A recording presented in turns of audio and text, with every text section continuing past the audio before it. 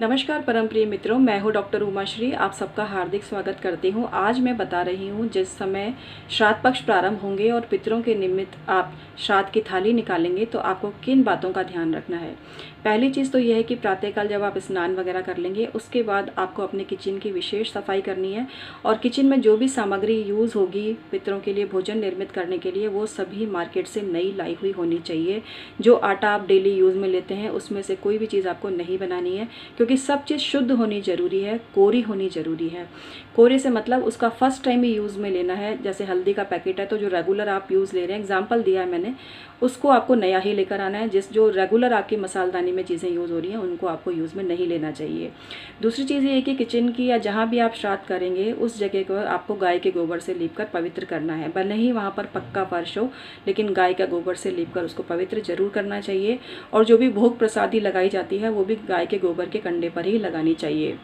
इसके बाद में आपको कुछ खास सामग्रियों की ज़रूरत होती है, वो आप पंडित जी से पूछकर घर में लाकर रख सकते हैं। लेकिन इसमें तिल है, जौ है, घी है, जल है, कच्चा दूध है और इन सब चीज़ों की विशेष आवश्यकता पड़ती है और इनका प्रयोग ज़रूर करना चाहिए। पान का पत्ता है, ये सब चीज़ें काम में ली जाती हैं। तो इसके अलावा आपको संकल्प लेना होता है जिसमें आपको वार है, कौन सी तिथि है, क्योंकि जिस तिथि के हिसाब से श्राद्ध होता है तो उस तिथि का नाम, वार, फिर संवत्सर, हाथ में जल लेकर ये सारी चीज़ें बोलनी ज़रूरी होती है। और फिर थाली पर घुमाते हुए जल को छोड़ा जाता है। थाली दो तरह से निकाली जाती है। एक थाली पंच ग्रास कही जाती है जिसमें पंच ग्रास निकाले जाते हैं और एक थाली ब्राह्मण देवता के लिए निकाली जाती है। ब्राह्मण देवता में भी आपको ध्यान ये रखना है कि अगर किसी स्त्री का श्राद्ध है तो स्त्री ही खाएगी और ब्राह्मणी को ही बुलाना है और ब्राह्मणी के लिए ही थाली निकालनी है। और अगर पुरुष हैं तो ब्राह्मण के लिए थाली निकालनी है। अब ब्राह्मण या ब्राह्मणी नहीं मिलें क्योंकि बहुत व्यस्त हो जाते हैं, कई बार नहीं मिलते हैं, तो इसमें आपको ये करना है कि जैसे भांजे को जिमाने से बहुत ज़्यादा पुण्य मिलता है, भांजा या भांजी। इसके अलावा जो आपके दोहिता और दोहिती, इनको जिमाने से बहुत ही ज़्यादा ब्राह्मण जैसा ही पुण्य मिलता है, तो इनको बुलाया जा सकता है। तो इस तरह से थाली वगैरह निकाल के खिलाने चाहिए। और जो थाली है उसमें पंचग्रास निकाले जाते हैं। ऐसा कहा जाता है कि ये जो पंचग्रास हैं ये इसलिए निकाले जाते हैं कि पितरों तक आपकी भावना पहुँचने में कोई दिक्कत ना आए। और ये बोलना चाहिए, ये भी बताती हूँ मैं आपको क्या बोलना चाहिए। पितृ अपने लोक में पूर्ण रूप से सुख से रहें, उनको किसी प्रकार का कष्ट ना हो, इसके लिए काक बलि निकाली जाती है। इसके अलावा उनके मार्ग में किसी प्रकार का अवरोध ना आए, उसके लिए कुत्ते के लिए ग्रास निकाला जाता है, काक ग्रास जिसको बोलते हैं। मार्ग में वैतरणी नदी पड़ती है तो वैतरणी नदी में उनको पार करने में किसी प्रकार की दिक्कत ना आए, इसके लिए गौग्रास बलि निकाली जाती है। सभी प्रकार के कीट पतंगे, जीव जंतु, इनकी शांति के लिए, उनको पितरों को किसी प्रकार की कोई दिक्कत ना आए, तो उसके लिए भी बलि निकाली जाती है। तो कुल मिला के पंचग्रास बलि निकाली जाती है। और इसमें ये भी बोला जाता है, फिर पितरों का नाम लीजिए। नाम नहीं पता है तो जो भी आपका रिश्ता था उनसे वो बोलिए। और उसमें आपको ये बोलना है कि ये जो ग्रास है ये उनको समर्पित है और उनको मार्ग में किसी प्रकार की कोई दिक्कत ना आए और वो अपने लोक में शांतिपूर्वक विचरण करें। किसी प्रकार का भटकाव उनके जीवन में ना हो, उनको मोक्ष की प्राप्ति हो और उनके आशीर्वाद से हमारा परिवार, मतलब आपका परिवार, जो भी अपने पितरों के लिए तर्पण कर रहे हैं वो ये बोलें कि उनका जो परिवार है वो सभी प्रकार के सुखों को प्राप्त करे, पितृदोष से मुक्त होवे। तो इस तरह के शब्द बोलने चाहिए। वंश और धन की वृद्धि की कामना भी पितरों से करनी चाहिए कि आपका वंश आगे बढ़े और साथ ही धन संपदा संबंधी किसी प्रकार की दिक्कत आपके परिवार में नहीं आए। ऐसा करते हुए हाथ में जल, जौ, तिल, दक्षिणा थाली के ऊपर से घुमाते हुए दक्षिण की तरफ मुँह करते हुए उसको छोड़ देना चाहिए। तो पंचग्रास वाली थाली पे आपने फेरा, उसके बाद में आपको जो ब्राह्मण देवता की थाली है उसमें भी आपको यही प्रक्रिया करते हुए, घुमाते हुए जो सामग्री है दक्षिण दिशा की तरफ छोड़ देनी है। और जब ब्राह्मण देवता या ब्राह्मणी देवी की आप थाली पर ही घुमाएंगे तो आपको ये बोलना है कि इन द्वारा किया हुआ भोजन आपके पितरों को प्राप्त हो और पितृ मुदित और प्रसन्नचित होकर आपके घर के सभी दोष दूर करके आपको आशीर्वाद प्रदान करें। थाली में जो भी भोजन है, जो भी प्रसादी है, उसको खाकर पितृगण तृप्त हो जाएं और उनकी भूख शांत हो और किसी प्रकार का अभाव उनके जीवन में ना हो। तो ये आपको बोलना है, ये संकल्प करना ज़रूरी होता है। और गोबर के कंडे पर ही सभी चीज़ें अर्पित की जाती हैं।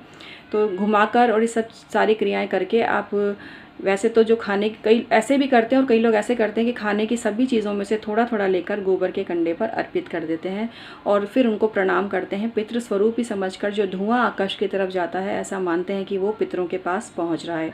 तो अपने अपने तरीके से करते हैं कई बार। और जैसे कई लोग कहते हैं कि जो पितरों का श्राद्ध क्या एक ही जगह करना चाहिए, जैसे कि देरानी है, जेठानी है और सास ससुर का श्राद्ध कर रहे हैं, तो वो दोनों ही अपने अपने अलग अलग रहते हैं, तो उनको अलग अलग ही करना चाहिए, उसमें किसी प्रकार की दिक्कत नहीं है। तो श्राद्ध पक्ष में ज़रूर पितरों को श्राद्ध अर्पित करें। हीलिंग से कोशिश ना करें कि आपने किसी को पेमेंट कर दिया और वो आपके पितरों को तार देगा, बिल्कुल गलत है। आपको अपने पूर्वजों के लिए समय निकालना चाहिए और खुद को ही ये कृत्य करना चाहिए। पैसे देकर तो कोई भी करवा सकता है काम।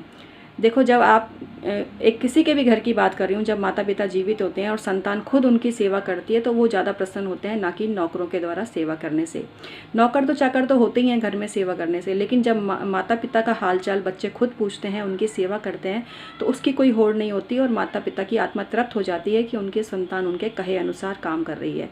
तो यही चीज़ है कि जिस घर में भी पितृ नहीं है, पितरों के निमित्त जो भी काम आप करेंगे, उन्हीं से उनको मोक्ष मिलेगा और उन्हीं से उनको शांति मिलेगी। आज ये जो मीडिएटर बन के पैसा कमा रहे हैं, इनसे आपको बचना चाहिए, क्योंकि पितरों का भी ठेकेदारी इन लोगों ने ले ली, तो आप अपने पूर्वजों के लिए क्या करेंगे। आज का वीडियो मैं समाप्त करती हूँ, संक्षिप्त था। उम्मीद करती हूँ आपको पसंद आया होगा मित्रों। और यदि आपको अपनी कुंडली का परामर्श लेना है तो तुरंत संपर्क करिए। कुंडली में पितृदोष है, ये भी आप जान सकते हैं। तो बहुत सारी चीज़ें हम आपको बताते हैं। जिनकी कुंडली नहीं है वो पाम रीडिंग करवा सकते हैं। अपने घर का वास्तु भी नक्शा दिखाकर आप चेक करवा सकते हैं। कई बार बहुत ज़्यादा दोष घर में होता है, हम कोई भी तोड़फोड़ नहीं कराते हैं, हम बहुत ही सामान्य से उपाय आपको बताते हैं, जिसके द्वारा आपके घर के सभी वास्तु दोषों को आप दूर कर सकते हैं। इसके अलावा जो खुद के द्वारा किए हुए अनुष्ठान, मंत्र, यंत्र, जाप होते हैं, वही आप पर फलीभूत होते हैं। किसी के भी चक्कर में ना पड़ें कि हम आपके नाम से अनुष्ठान करा लेंगे, यज्ञ करा लेंगे। वो सिर्फ और सिर्फ बेवकूफ़ बनाते हैं। उनको अपने यूट्यूब चैनल को ग्रो करना है और आपको बलि का बकरा बनाते हैं वो लोग, जिससे कि आप उनकी बातों में आ जाएं और बेवकूफ़ बन के उनके 20-20 मिनट की आधे घंटे वाले वीडियो को झेलते रहें। आप खुद सोचिए कि आधे घंटे में ऐसे बेतुके वीडियो देखने के अलावा आप चाहें तो अच्छे अच्छे वीडियो सर्च कर सकते हैं, जिसमें आपके कल्याण की बातें हों। मैं अपने चैनल की बड़ाई नहीं कर रही हूँ, और भी बहुत अच्छे अच्छे विद्वान ज्योतिषी हैं, गुणीजन हैं, जिनसे आपको ज्ञान प्राप्त करना चाहिए। जो सिर्फ अपनी मार्केटिंग कर रहे हैं और जैसे टाइम पास कर रहे हैं ना, 20 मिनट बैठकर और आधे घंटे बैठकर आपको, वो एक्चुअली ज्योतिषी नहीं है, एंटरटेनर हैं, और उनका उद्देश्य सिर्फ आपको पोटलियाँ बेचना है, आपको हवन और इसके नाम पर मूर्ख बनाना है। तो ये आप पर है। मैं कब तक आपको समझाती रहती हूँ, हमेशा समझाती रहती हूँ। और ऐसे लोग मुझसे भी चिढ़कर अपने ही लोगों के द्वारा गंदे गंदे कमेंट करवाते हैं, तो मुझे उसकी परवाह नहीं है मित्रों। और मैं फ़ोन पर उपलब्ध नहीं हूँ। मेरे नाम से यदि कोई पैसा लेता है, आपको बिल्कुल भी देने की ज़रूरत नहीं है। यही कारण है कि मैं फ़ोन पर उपलब्ध नहीं हूँ, क्योंकि फ़ोन के द्वारा फर्जीवाड़े बहुत ज़्यादा होते हैं। मैं सिर्फ ईमेल आईडी के थ्रू ही आपसे संपर्क करती हूँ। तो ईमेल आईडी के थ्रू ही आपको परामर्श दिया जाता है। यह सबसे सेफ परामर्श है। और इसके अलावा आप जो भी बात पूछते हैं वो पूर्ण रूप से गोपनीय रहती है, किसी को भी खबर नहीं रहती है। और सुरक्षा की दृष्टि से, उत्तम स्वास्थ्य की दृष्टि से ऑनलाइन परामर्श ही सबसे सेफ है, क्योंकि आप देख रहे हैं ना कि ये जो बीमारी फैल रही है, कितना ज़्यादा खतरा इसका बढ़ गया है। और जगह जगह आप रोजाना हम न्यूज़ में सुनते हैं कि इतने केस हो गए, इतने केस हो गए। तो आपका स्वास्थ्य सबसे पहले है। तो ऑनलाइन परामर्श लीजिए और ऐसे लोगों से लीजिए जिन्होंने बाकायदा ज्योतिष विद्या का प्रशिक्षण प्राप्त किया है।